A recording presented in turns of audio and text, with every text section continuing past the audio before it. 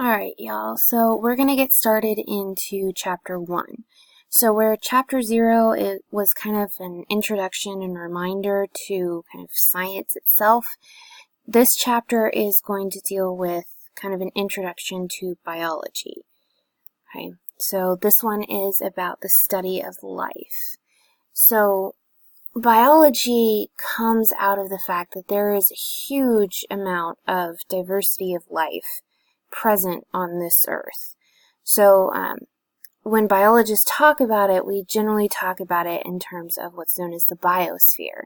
So bio meaning life, and then sphere referring to the globe. So it's all the living things on earth and all the places they are found.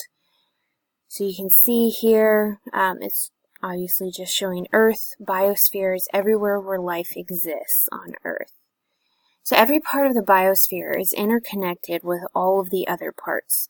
So even if you think that, something happening around the world isn't going to have an effect on you, the earth is actually incredibly interconnected. So one thing that happens in one part of the earth and one part of the world can actually severely impact other areas of the world. If you've ever heard of the butterfly effect, this is kind of that type of concept.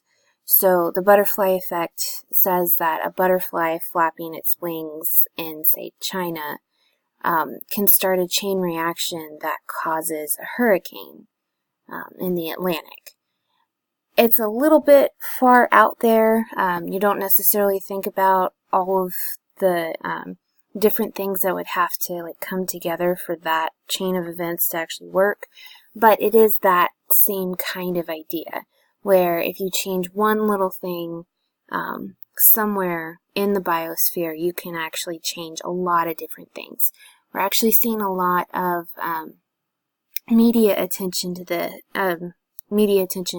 about this due to the fires in the Amazon. So we've got some videos where we're going to look a little bit more into that.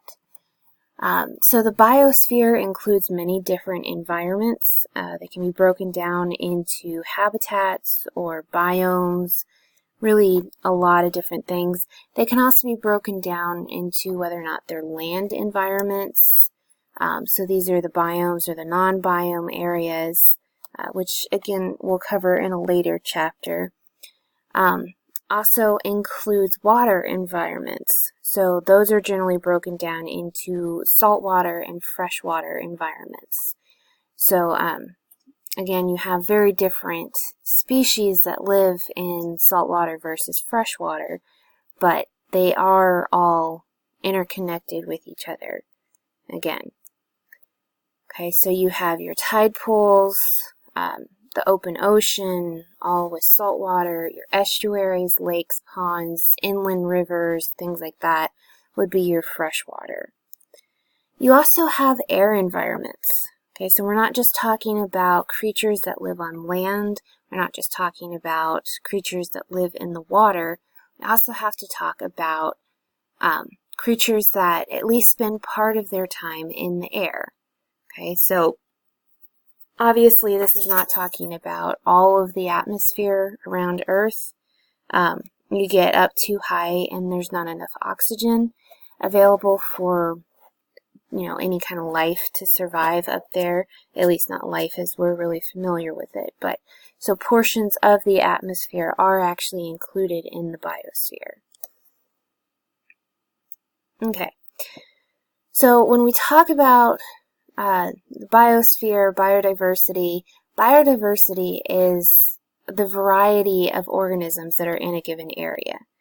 Okay, so the biodiversity will actually change quite a bit based on where you are. So if you looked at, what I grew up with in the southeast, we had deciduous trees, trees that would lose their leaves in the fall and they turn all those brilliant colors. We had deer, we had very different species of birds, squirrels. Squirrels are evil. Some of them, most of them. And then, we had just had a bunch of different kind of animals that you don't necessarily find in this area of the country. Okay, there's also all of the different types of trees.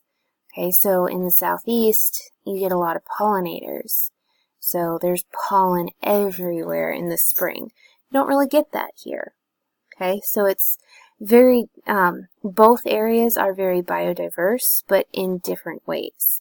Okay, so we do have a video here that's going to look at some of the variety on Earth. And it looks at a couple things that you may not have seen before, like this flower that's shown here. It's taller than a person. The flower itself is taller than a person. It's known as, I think that one's the corpse flower. And yeah, it gets its name because when it blooms, it smells like decomp. So it smells like a rotting corpse. So yeah, it's great. But biodiversity generally increases from the poles to the equator. So anything along the equator generally is going to have more biodiversity than anything at the poles.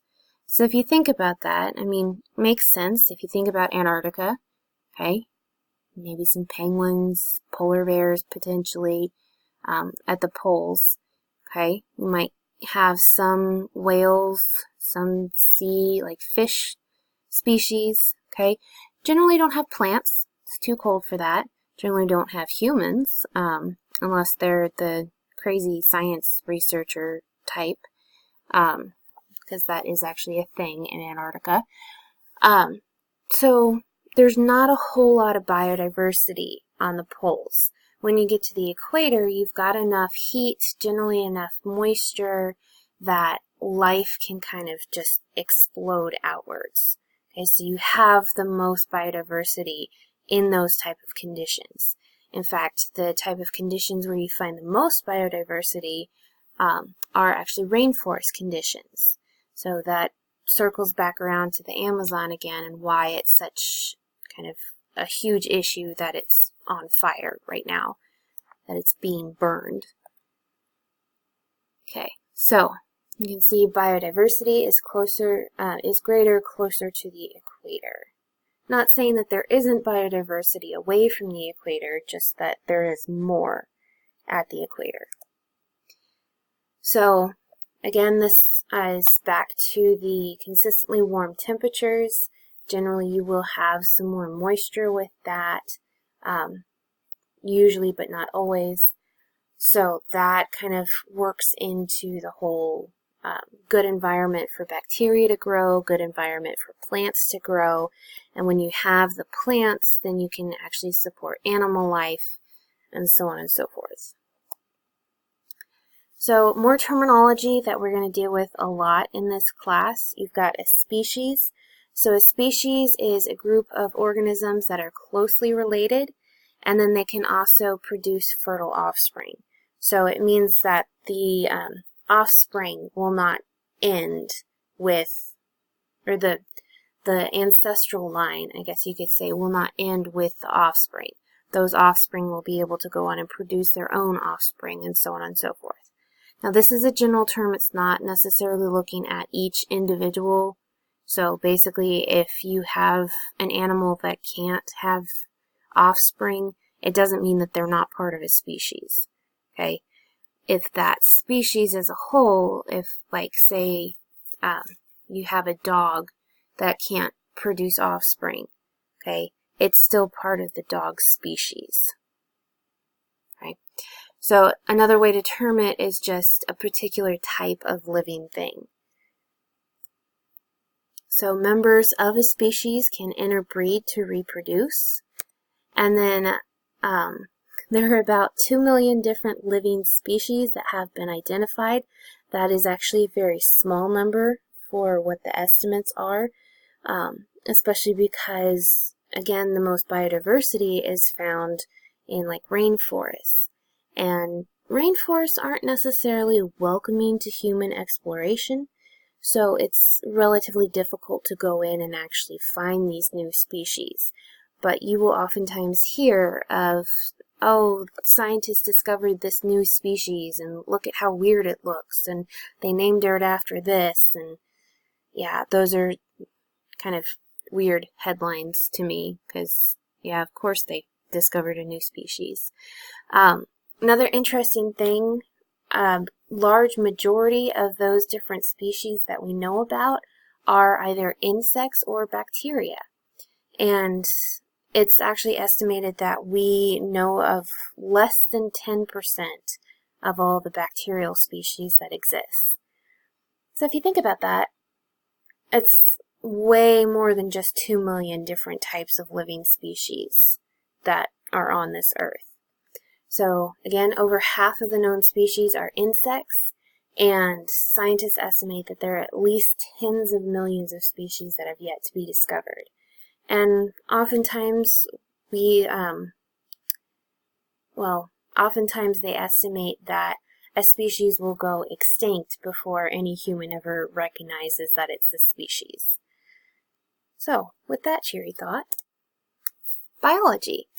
So, biology is the scientific study of all forms of life. So that includes everything from bacteria to humans to trees to animals, all of it. Okay. It also includes the environment where they live. So it's known as the life science, and again is the scientific study of not only the living things, but also how they interact with their environment. So environmental studies figures into biology pretty heavily here. And then again, some more general definitions here. We've got science is the knowledge obtained by observing natural conditions, the natural world around you, and then using your senses and experiments and tools to increase that knowledge. So, again, used to discover facts and formulate laws or principles, and then also to test those. Okay, and of course science, as I'm sure you know, because we talked about it in Chapter 0, is split into different areas of study. Alright, so we're actually going to stop this video here and then pick up briefly on the history of science in the next video. And then that will be it for Chapter 1.1.